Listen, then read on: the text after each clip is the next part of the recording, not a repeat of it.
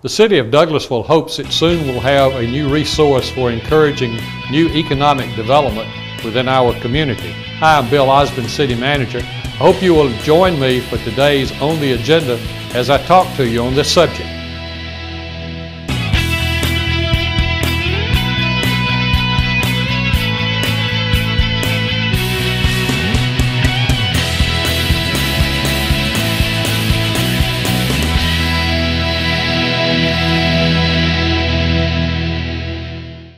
Hi, I'm James Grillo, and my City TV is streaming 24/7.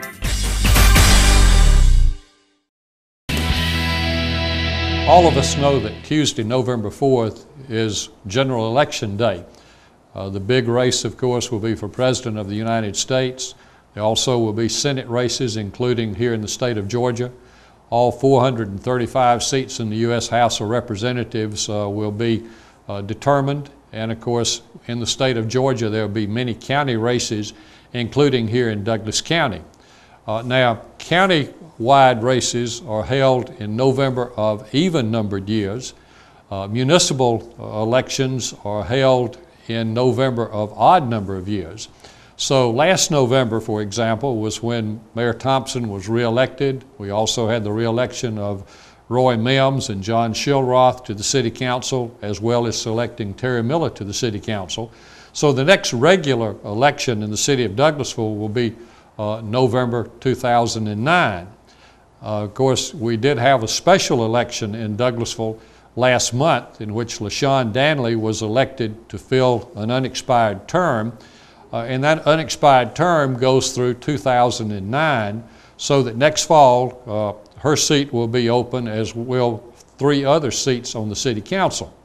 But now, what I'd like to do at this time is remind you that the election on September 16th, in addition to Ms. Danley being elected to the City Council, was the referendum on the general obligation bond issue for a new public safety and municipal court building. And I want to thank all of the voters who went to the polls on that day to vote. And especially I want to say thank you to those who voted in favor of the bond issue, that our police department has needed new facilities for a long time, and this will enable us to provide them. And we're looking forward to the start of construction sometime next spring. But I want to thank all of you for going to the polls who did for the special election on September 16th. Now, what many of you probably don't know is that there will be another special election in the City of Douglasville on Tuesday, November 4th. This, of course, is the same date as the general election. And what I want to do today on the agenda is to talk with you about this special election.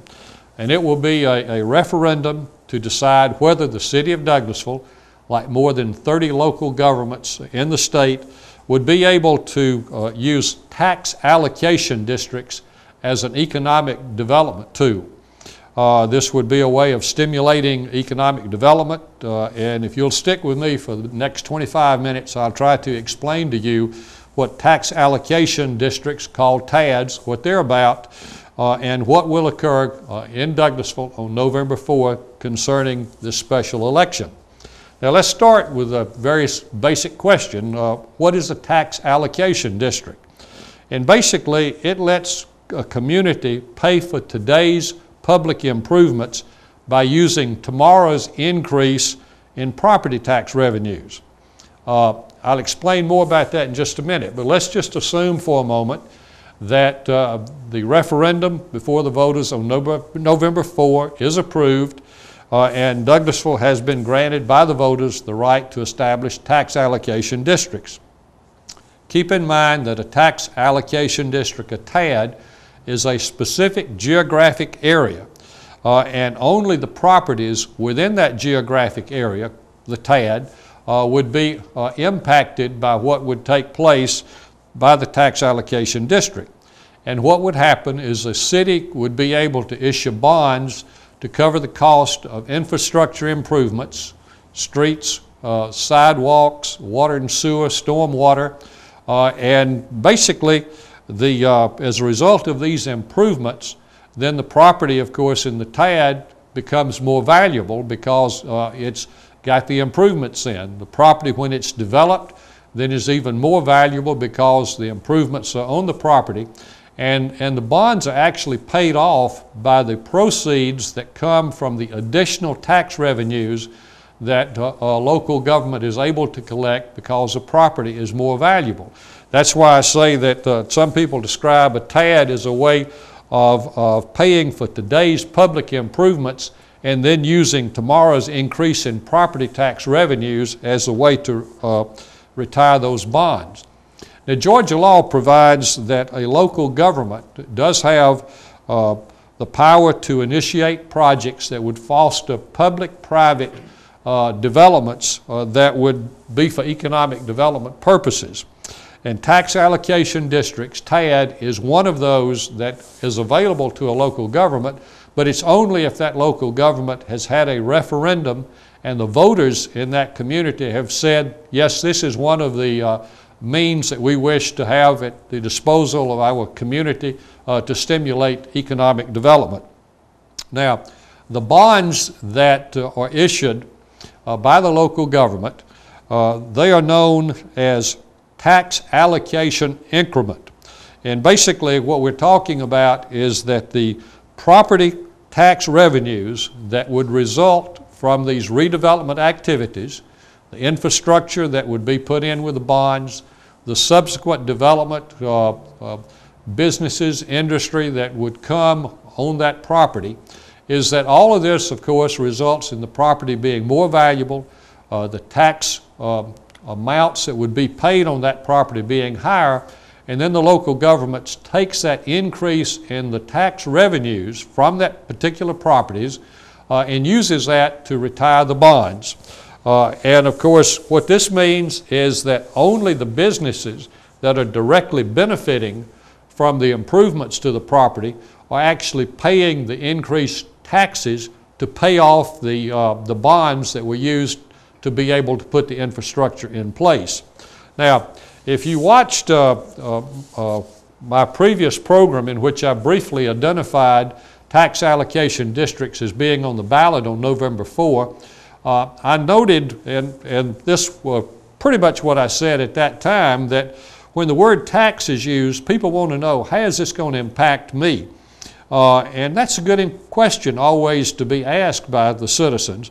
And the short answer is that if you own properties within the particular geographic area that's going to be a tax allocation district, then yes, you will be impacted. But otherwise, you as a taxpayer are not going to be impacted because all of the tax revenues that are used to put in that infrastructure within the TAD, those revenues actually are collected from the property owners who own the properties inside the TAD.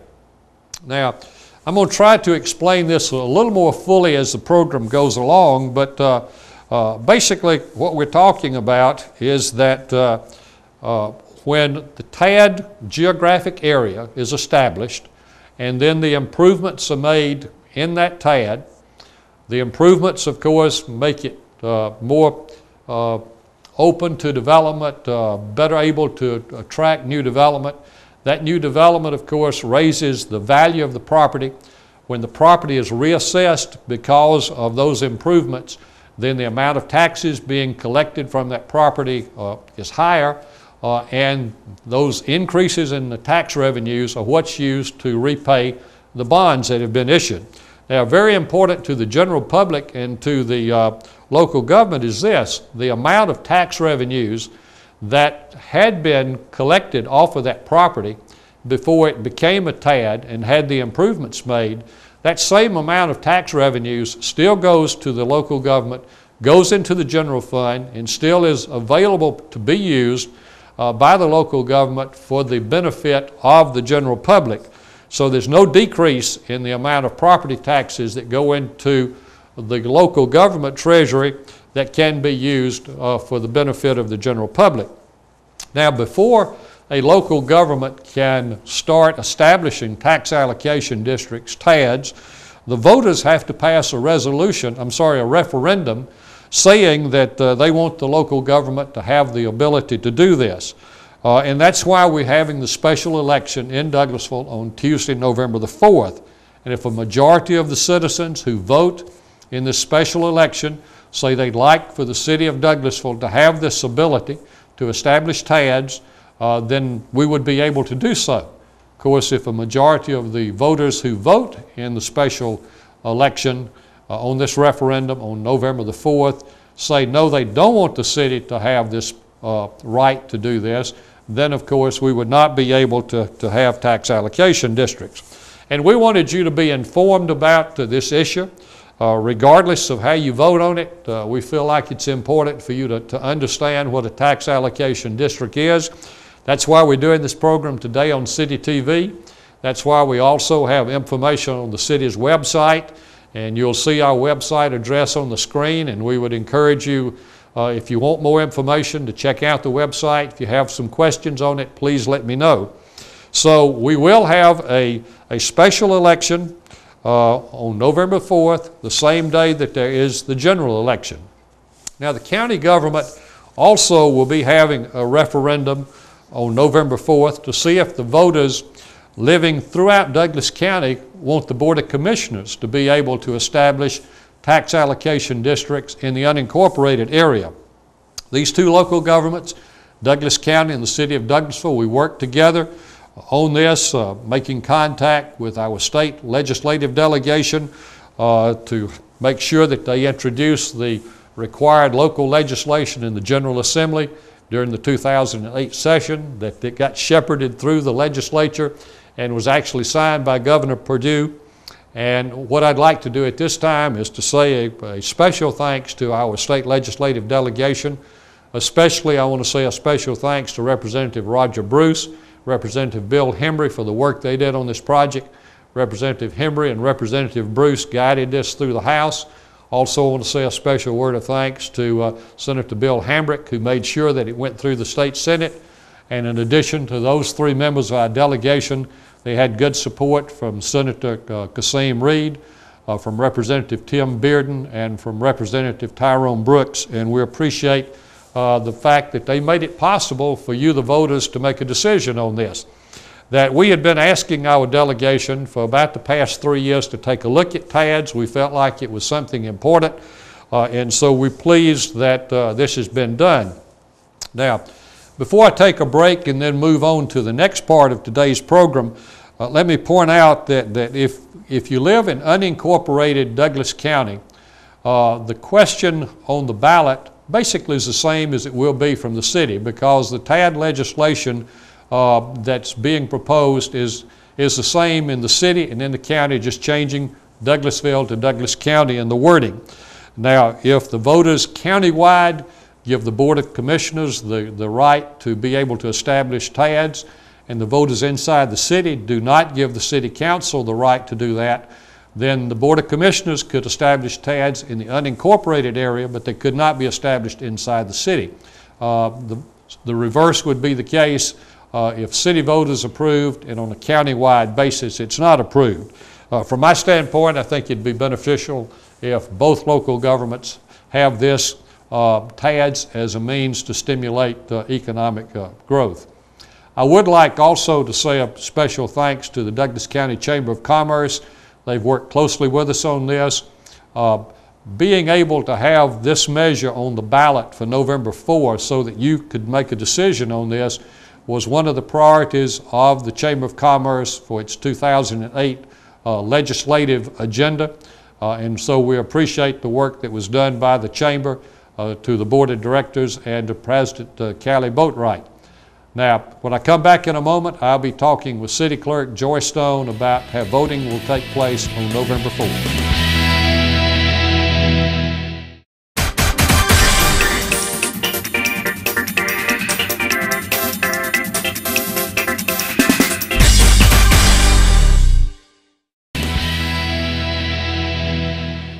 I'd like to welcome back on the agenda Joyce Stone, our City Clerk.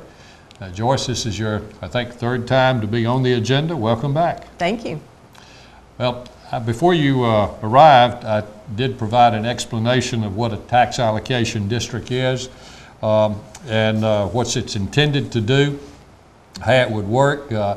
But we want to talk about the election process now. Okay. So let's fast forward to Election Day, November 4 this year.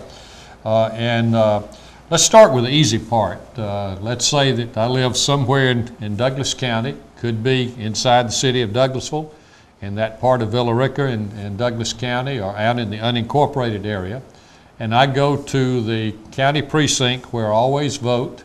And so when I get there to vote in the federal, state, and county elections, I go through the process with the poll workers, and eventually I get the little card. And so I go to the vote recorder machine. So what do I find when I get in front of the machine? You will find first, after you put the card in, you'll find directions on how to use the machine. You'll have all the names of the candidates and the questions, and you vote. Okay. And if I have any problems? Ask one of the poll workers. They will show you the directions on the wall. They'll answer questions. Now, what will be the actual ballot question on the tax allocation district? It reads, shall the act be approved which authorizes Douglas County to exercise redevelopment powers under the Redevelopment Powers Law as it may be amended from time to time? Okay. Now, let's look at a voter who lives in the city of Douglasville, and that person goes to the precinct where they normally vote in a national, state, county election, and they go through the same process as we've just talked about. So what do they have on their ballot? Well, they will have the same thing that every other county voter has. They will have the federal, state, and county candidates and all the questions. Okay. Now, you didn't say anything about the special City of Douglasville ballot, the special election, so why didn't you tell me something about that? Well, the city must conduct their special election completely separate and apart from the other regular general election with separate poll workers and separate ballots. This is due to state election laws. Right. And so city voters must vote in their city polling places where they normally vote in an odd numbered year for mayor and council. Okay. Now, for me, I vote at the Arbor Station Elementary School. That's where I go for federal, state, local, county elections, as well as for city elections. So I'll be at the same place. So what do I need to do to vote in the city election after I get through with my federal, state, and county election?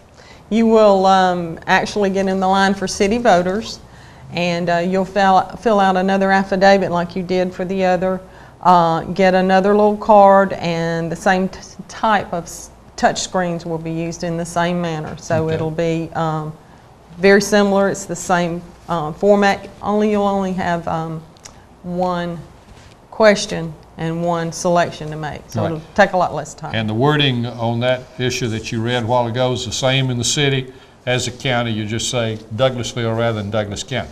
Correct. Okay, now that's pretty easy for people like myself, that because Arbor Station Elementary School is where I vote in all of the elections, and the same thing would be true for voters that vote at Stewart Middle School or at the old courthouse. That's where they go for the federal, state, county elections and for the city elections.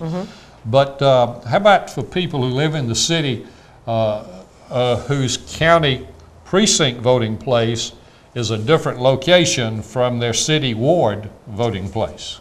Well, they will have to leave the county polling location and go to the city polling place, either Arbor Station Elementary, Stewart Middle School, or the old Douglas County Courthouse downtown.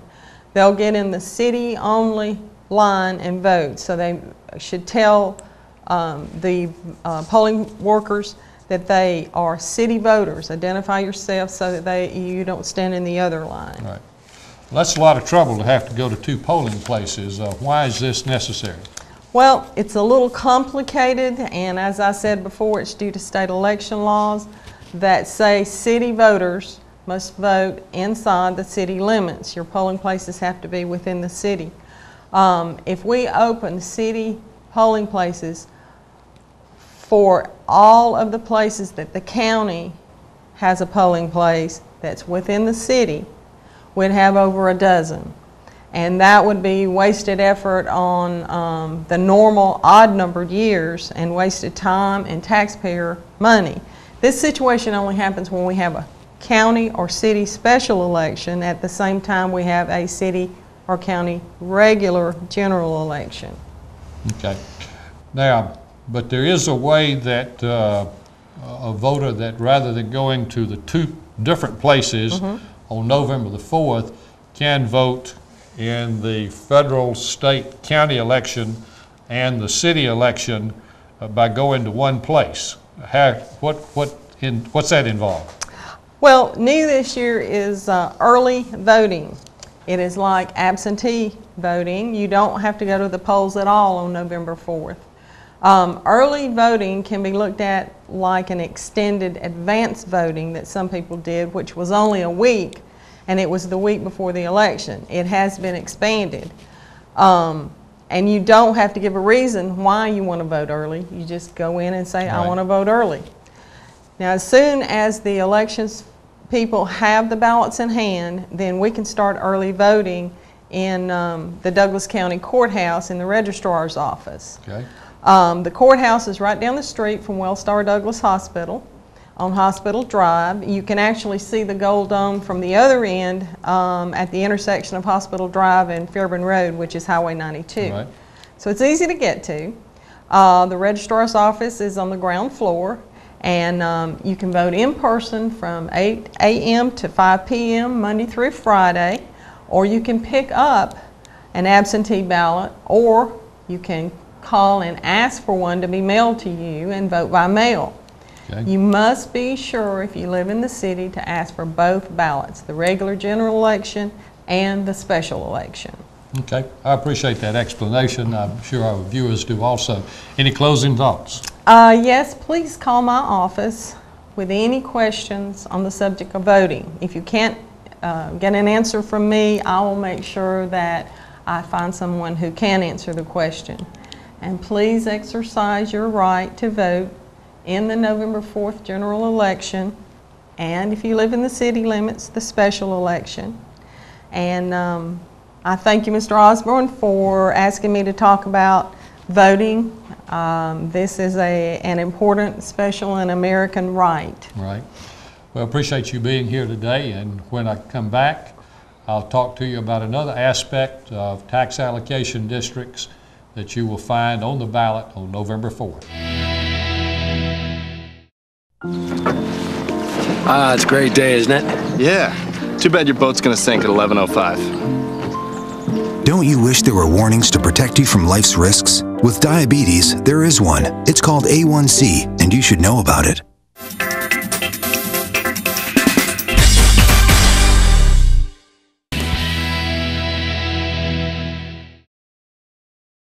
Now, I know it's somewhat confusing to say that there are going to be two elections in the same day, a general election, a special election. And I know for me and those of you who vote at Arbor Station Elementary School, Stewart Middle School, the old courthouse, it'll be somewhat inconvenient to have to vote stand in one line to vote and then get in another line to vote in the city special election. Of course, it'll be far more difficult for those of you who would have to go to two different polling places to vote. Hope you will consider taking the extra time, going the extra mile to do this, or that you will do what Ms. Stone mentioned concerning advance voting, that you can do at the Douglas County Courthouse or by getting in touch with the registrar's office. And if you do this, don't forget to be sure that you get the ballot not only for the general election but for the special election in the city if you live inside the city. Now, there is another issue that will be coming up on November 4 related to tax allocation districts, and I want to let you know about this because this is an entirely different matter. It's not a local issue with Douglasville and Douglas County. This is a statewide issue, and let me tell you about it. As I mentioned earlier, TADS are used by more than 30 local governments in the state as a means of enhancing economic development. Cities, counties, boards of education have found this to be a very good tool, and they've worked together to make TADS work.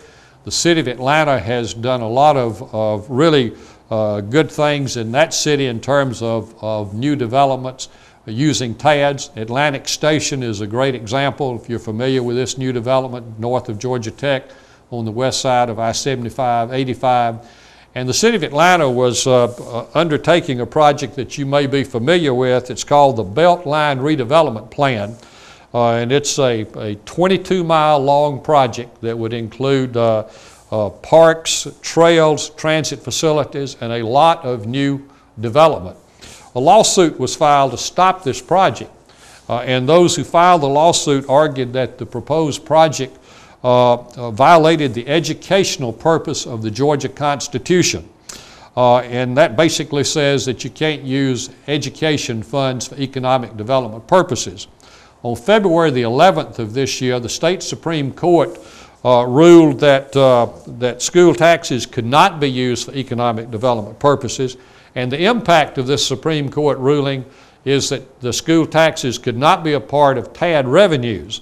Now, it doesn't apply to projects that have already been approved, but for any new projects, then the project certainly would have to be scaled back because school taxes would be a major part of the revenue stream, and a lot of those projects perhaps could not go forward because they would not be financially feasible. Now, keep in mind from what I said earlier that a TAD doesn't take away any taxes that currently are being paid to the school system. Schools would continue to get the same amount of taxes that they have been getting on that property with the condition the property is in at this time. But it's only the increase in the property taxes that we're talking about. And of course, without the redevelopment, you're not going to have those increased taxes. Without a TAD, you're probably not going to get the redevelopment. Now, TADs are used in 49 of the 50 states in the United States. And legislators from throughout the state of Georgia recognize the value of TADS, and so they took action during the General Assembly session so that on the ballot on November 4, general election, there's a constitutional amendment that's proposed that basically would fix the problem by letting property taxes for school purposes be used as part of the TAD revenue. And so you'll find this constitutional amendment on the ballot when you go to the polls to vote. And if this amendment is approved, and then if we do have TADs that are created, approved for creation in Douglasville and or Douglas County, then the school system revenues would be a part of that, otherwise they would not. Now, in summary, let me just point out that, of course, the general election, November 4, special election for the city the same day. And if you vote at Stewart Middle School, at the old courthouse, at Arbor Station Elementary School, all your voting takes place at the same location, but you have to get in two different lines. If you have a county voting precinct other than those three locations I've identified, after you get through voting at your county precinct on the federal, state, and county election, you'd need to go to your regular city ward precinct to vote, unless, of course, you do the advanced voting at the courthouse. So you can see a lot of details will go into establishing a TAD. Hope we haven't overburdened you today in this program with too much in the way of detail, but hopefully we've given you a good explanation of what a TAD is. Thank you for joining me today. Please go to the polls and vote on November 4th on the races, regardless of how you vote. And I hope you will join me next time on the agenda. This is Bill Osmond signing off.